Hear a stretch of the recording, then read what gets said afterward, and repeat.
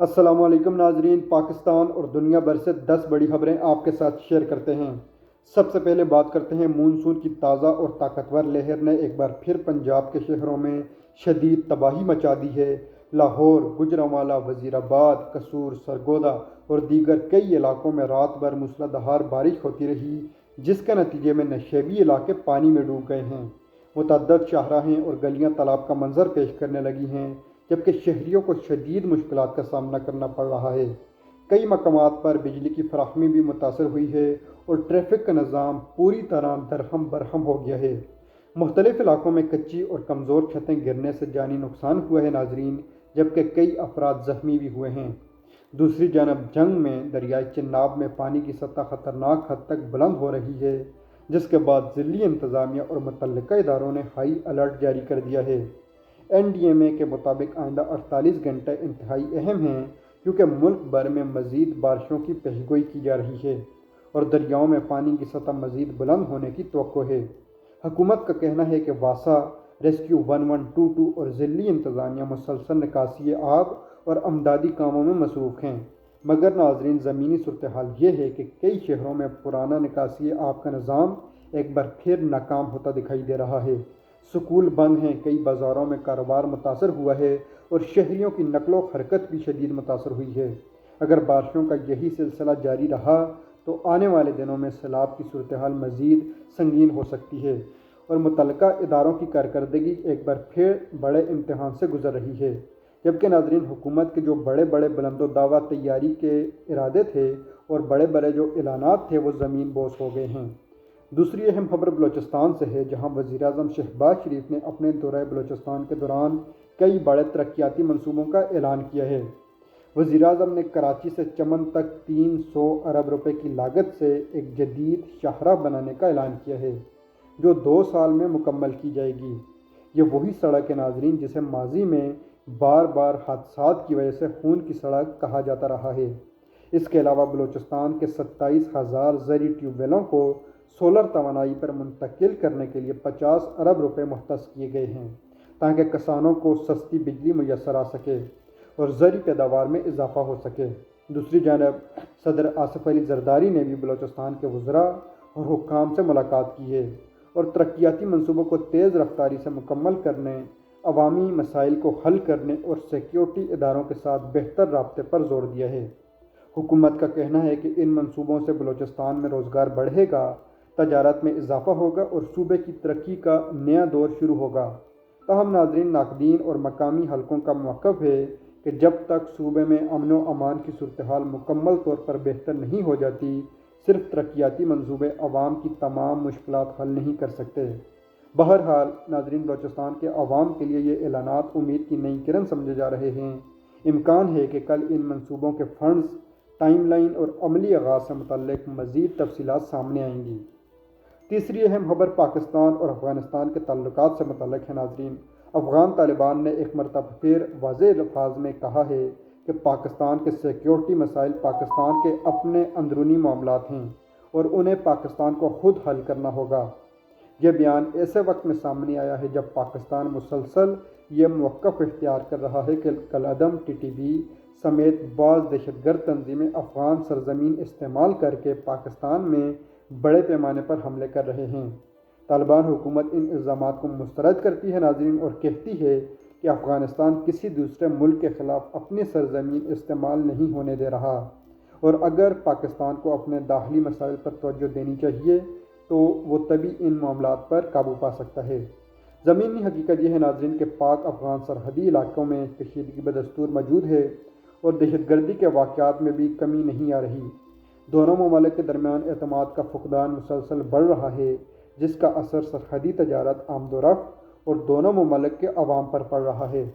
اگر صورتحال میں بہتری نہ آئی تو سرحدی پابندیاں مزید سخت ہو سکتی ہیں۔ توقع یہ ہے ناظرین کہ آئندہ 24 گھنٹوں میں دونوں ممالک کی جانب سے مزید سفارتی بیانات یا ملاقاتوں کی اطلاعات سامنے آ سکتی ہیں۔ تاہم ناظرین دونوں برادرانہ جو ملک ہیں پاکستان اور افغانستان اس وقت ایک جنگ کی سی کیفیت میں ہیں۔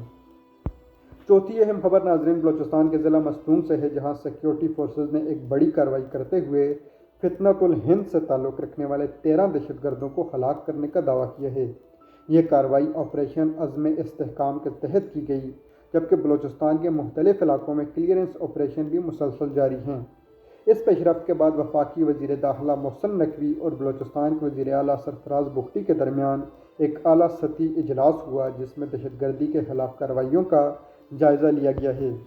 دونوں رہنماؤں نے واضح کیا ہے کہ دہشت گردوں کے خلاف کسی قسم کی نرمی نہیں برتی جائے گی اور وفاقی حکومت بلوچستان میں امن کے قیام کے لیے ہر ممکن تعاون فراہم کرے گی۔ حکومتی موقف یہ ہے کہ بھارت کی سرپرستی میں کام کرنے والے دہشت گرد نیٹ ورک کو نشانہ بنایا جا رہا ہے، جبکہ بعض تجزیہ کاروں کا کہنا ہے کہ صرف فوجی کارروائیاں کافی نہیں ہیں، بلوچستان کے سیاسی، معاشی اور سماجی مسائل کا حل بھی ضروری ہے۔ عام عوام کے لیے یہ کارروائیاں وقتی طور پر اطمینان کا باعث ضرور ہیں، لیکن پائیدار امن کے لیے ناظرین طویل المدتی اقدامات ناگزیر ہیں۔ اس کے بعد ناظرین پانچویں خبر آپ کے ساتھ شیئر کرتے ہیں، جہاں سونے کی قیمتوں سے متعلق ایک نئی خبر سامنے آئی ہے۔ یہاں آج پاکستانی مارکیٹ میں سونے کی قیمت میں نمایاں کمی دیکھی گئی۔ 24 کیرٹ سونے کی فی تولہ قیمت کئی ہزار روپے کم ہو کر تقریباً 4,28,000 روپے کے قریب پہنچ گئی ہے۔ ماہرین کے مطابق عالمی منڈی میں سونے کی قیمت گرنے کے باعث مقامی مارکیٹ پر بھی اس کا اثر پڑا ہے۔ بعض تاجروں کا کہنا ہے کہ خلیجی خطے میں جاری کشیدگی کے باوجود محفوظ سرمایہ کاری کے طور پر سونے کی طلب میں وقتی کمی ضرور آئی ہے، جس سے قیمتیں نیچے آئی ہیں۔ تاہم دوسرے ماہرین کا خیال ہے کہ اگر مشرق وسطیٰ میں صورتحال مزید خراب ہوئی تو سونے کی قیمتیں دوبارہ تیزی سے بڑھ سکتی ہیں۔ پاکستانی مارکیٹ میں بھی اب غیر یقینی صورتحال برقرار ہے اور زیادہ تر خریدار انتظار کی پالیسی اختیار کیے ہوئے ہیں۔ شادیوں اور زیورات کی خریداری کرنے والے افراد کے لیے یہ وقتی ریلیف ضرور ہے، لیکن عالمی حالات کے باعث قیمتوں میں مزید اتار چڑھاؤ خارج امکان نہیں ہے ناظرین۔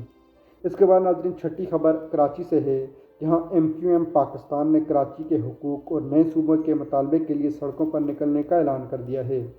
پارٹی رہنما مصطفیٰ کمال نے سندھ حکومت پر الزامات لگاتے ہوئے کہا ہے کہ کراچی کے ساتھ مسلسل ناانصافی کی جا رہی ہے، شہریوں کو بنیادی سہولتیں فراہم نہیں کی جا رہی اور شہر کے وسائل کا درست استعمال نہیں ہو رہا۔ MQM کا کہنا ہے کہ اب وہ عوامی طاقت کے ذریعے اپنے مطالبات منوائے گی۔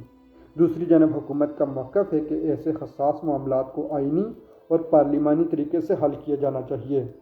زمینی حقیقت یہ ہے ناظرین کہ کراچی کے شہری برسوں سے پانی، صفائی، ٹرانسپورٹ اور دیگر بنیادی مسائل کا سامنا کر رہے ہیں۔ اگر احتجاج کا سلسلہ شروع ہوا تو شہر میں ٹریفک اور کاروباری سرگرمیاں بھی متاثر ہو سکتی ہیں۔ امکان ہے کہ کل سے مختلف علاقوں میں احتجاجی مظاہروں کا آغاز ہو جائے گا۔ اس کے بعد ناظرین ساتویں خبر بھارت سے متعلق ہے، جہاں بھارت میں تعلیم کے شعبے میں جاری شدید احتجاج کے بعد مرکزی وزیر تعلیم دھرمیندر پردھان نے اپنے عہدے سے استعفیٰ دے دیا ہے۔ یہ احتجاج مبینہ امتحان میں پیپر لیک، تعلیمی نظام میں بے ضابطگیوں اور نوجوانوں کے مستقبل سے متعلق خدشات کے باعث کئی ہفتوں سے جاری تھا۔ مختلف طلبہ تنظیموں اور نوجوانوں نے ملک بھر میں مظاہرے کیے اور حکومت پر دباؤ بڑھایا ہے۔ آخرکار ناظرین حکومت نے کچھ مطالبات تسلیم کیے ہیں اور وزیر تعلیم نے استعفیٰ بھی دے دیا ہے، جسے جن زی کی ایک بہت بڑی کامیابی قرار دیا جا رہا ہے۔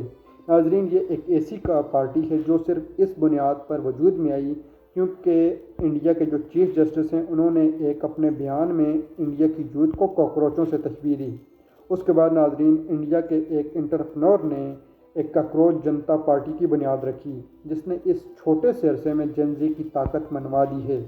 حکومتی موقف ہے کہ تعلیمی نظام میں اصلاحات جاری رہیں گی، جبکہ اپوزیشن اسے حکومت کی بڑی سیاسی ناکامی قرار دے رہی ہے اور کہہ رہی ہے کہ نوجوانوں نے اپنی جدوجہد سے حکومت کو فیصلے بدلنے پر مجبور کر دیا ہے۔ اس پیش رفت کو بھارت کی حالیہ سیاست میں ایک اہم موڑ قرار دیا جا رہا ہے۔ اب سب کی نظریں نئے وزیر تعلیم کی تقرری اور آئندہ اصلاحاتی اقدامات پر لگی ہوئی ہیں۔ تاہم ناظرین اب بھی جنتر منتر پروٹیسٹ اسٹوڈنٹس کے جاری ہیں۔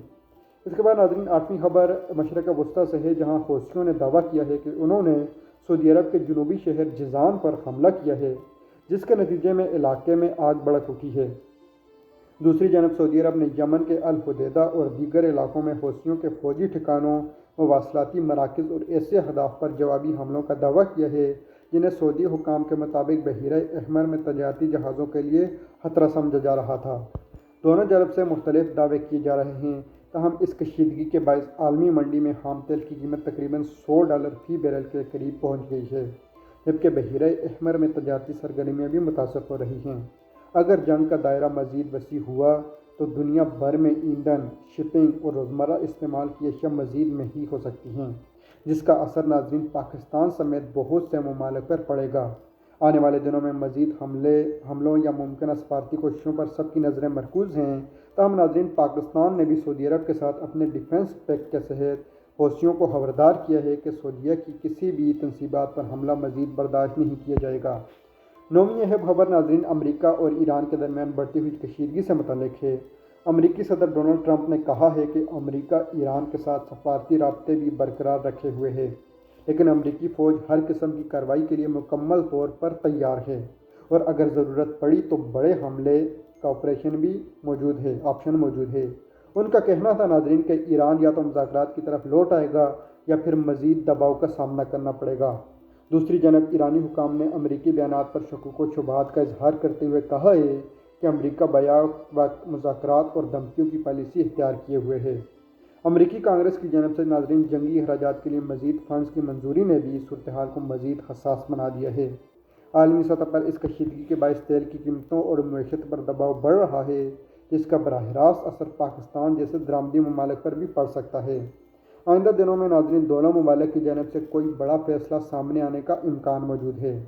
اس کے بعد ناظرین 10ویں اور آخری خبر بھی امریکہ اور ایران سے متعلق ہے، جہاں امریکی ذرائع کے مطابق ایران سے منسلک ایک مبینہ خفیہ سازش کی نئی تفصیلات سامنے آئی ہیں، جس میں سابق امریکی صدر ڈونلڈ ٹرمپ کو نشانہ بنانے کی منصوبہ بندی کا دعویٰ کیا گیا ہے۔ انہی اطلاعات کے باعث بتایا جا رہا ہے کہ ٹرمپ نے ترکیہ سے واپسی کے دوران اپنے طیارے کے بجائے پرانے طیارے میں سفر کیا تھا، کیونکہ سیکیورٹی اداروں کو ممکنہ خطرے کی اطلاعات موصول ہوئی تھی۔ امریکی حکام اس خطرے کو سنجیدہ قرار دے رہے ہیں، جبکہ ایرانی حکومت نے ان تمام الزامات کو مکمل طور پر مسترد کرتے ہوئے انہیں بے بنیاد قرار دیا ہے۔ موجودہ جنگی ماحول میں عالمی رہنماؤں کی سیکیورٹی مزید سخت کر دی گئی ہے اور اس قسم کی اطلاعات عالمی سفارتی کشیدگی میں مزید اضافہ کر رہی ہیں۔ یہ تھی ناظرین آج کی 10 تازہ ترین خبریں۔ امید ہے آپ کو ویلاگ پسند آیا ہوگا۔ ویڈیو کو لائک اور شیئر ضرور کیجیے۔ اجازت دیجیے، اللہ حافظ۔